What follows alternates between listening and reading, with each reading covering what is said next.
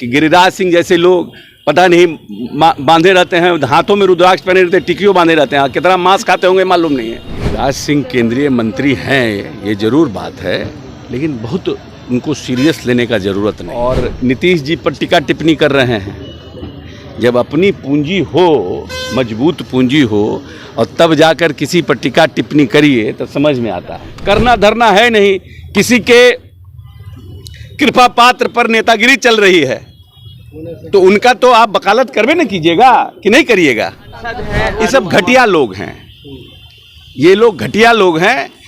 इन लोगों की अपनी कुछ दुकान है नहीं, पूरी तरह से छित बिछित हो गए हैं। किसी किसी को गिलास का आधा पानी दिखता है भरा हुआ और किसी किसी को आधा पानी गिलास खाली दिखता है। तो जिसको जैसा दिखता है वैसा ही उसको समझ में आता है कि बहुत बहुत बहुत बहुत सीरियसली लेने की आवश्यकता नहीं है इन लोगों को।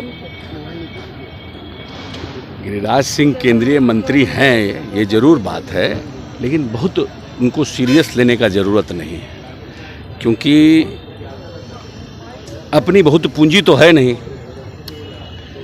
और नीतीश जी पर टीका टिप्पणी कर रहे हैं। जब अपनी पूंजी हो, मजबूत पूंजी हो, और तब जाकर किसी पर टीका टिप्पणी करिए तो समझ में आता है।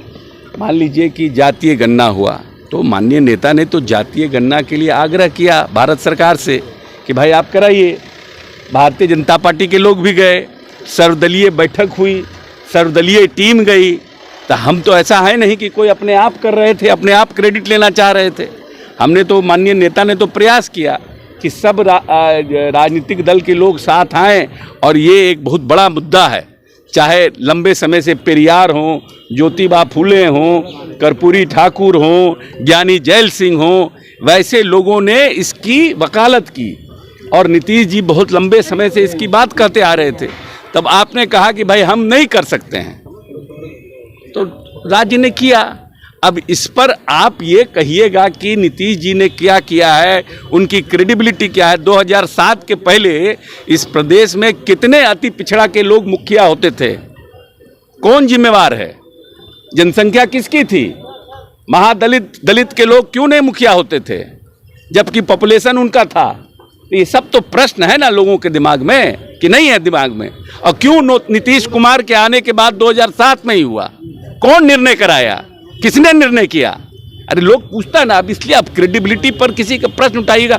करना धरना है नहीं, किसी के कृपा पात्र पर नेतागिरी चल रही है तो उनका तो आप वकालत करवे न कीजिएगा कि नहीं करिएगा।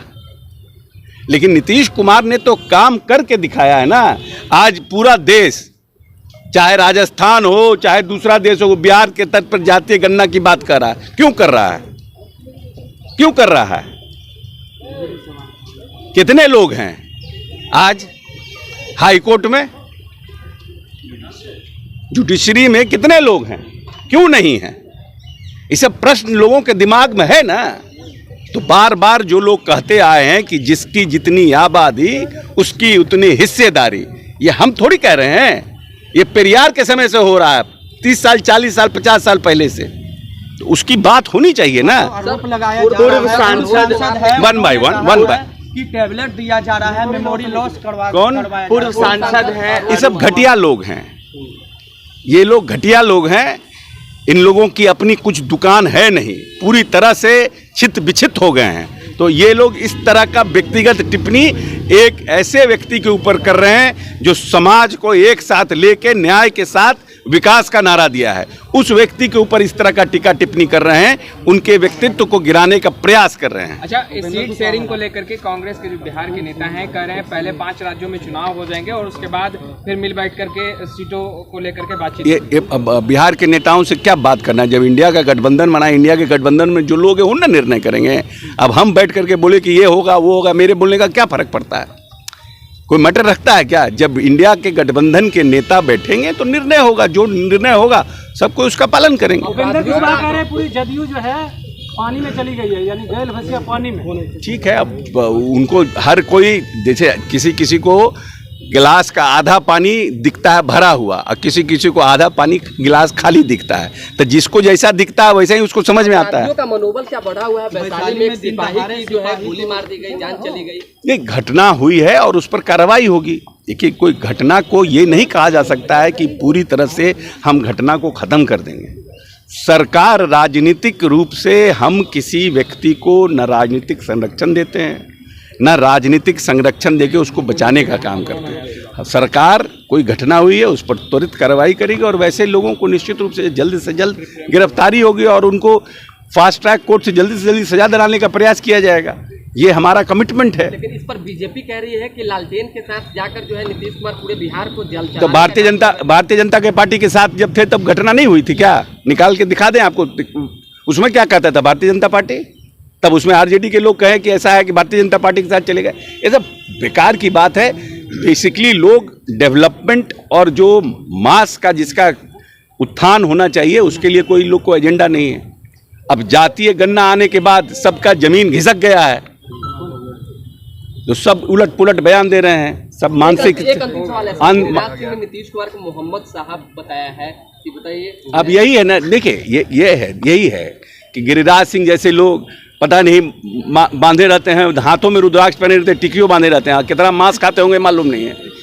तो ये सब इन सब का तो वैसे ही है ना स्थिति कि नीतीश कुमार को मोहम्मद साहब कहेंगे, फलना कोई कहेंगे। मोहम्मद साहब में और उसमें क्या फर्क है? कोई आदमी पैदा जब लिया था तो कोई जाति धर्म था? इंसान का इन्वॉल्वमेंट कैसे हुआ है? किस तरह से? हम लोग तो हिस्ट्री और पॉलिटिकल साइंस के विद्यार्थी रहे हैं, पढ़े हैं ना, कैसे आदमी का किस तरह से बना है। तो उसमें कोई धर्म था, कोई जात था? ये तो पाखंडी लोग ये सब बढ़ा दिए।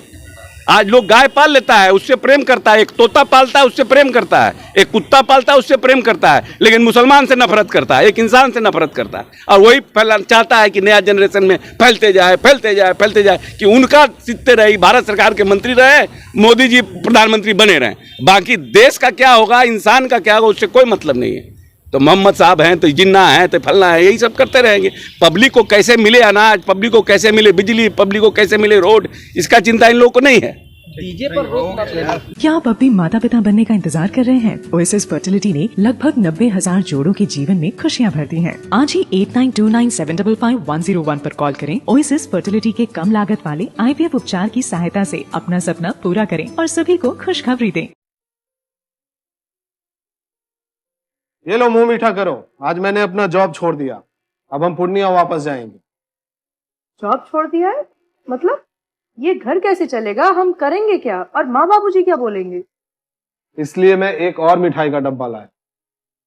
अपने बिजनेस के लिए लोन अप्रूव हो गया।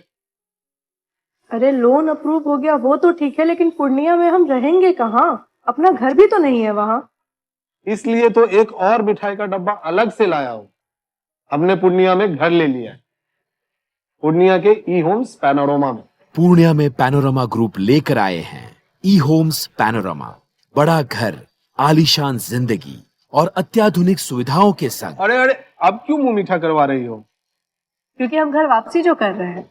घर वापसी की खुशी पूर्णिया में ई होम्स पैनोरमा के संग। E homes panorama, luxurious lifestyle redefined.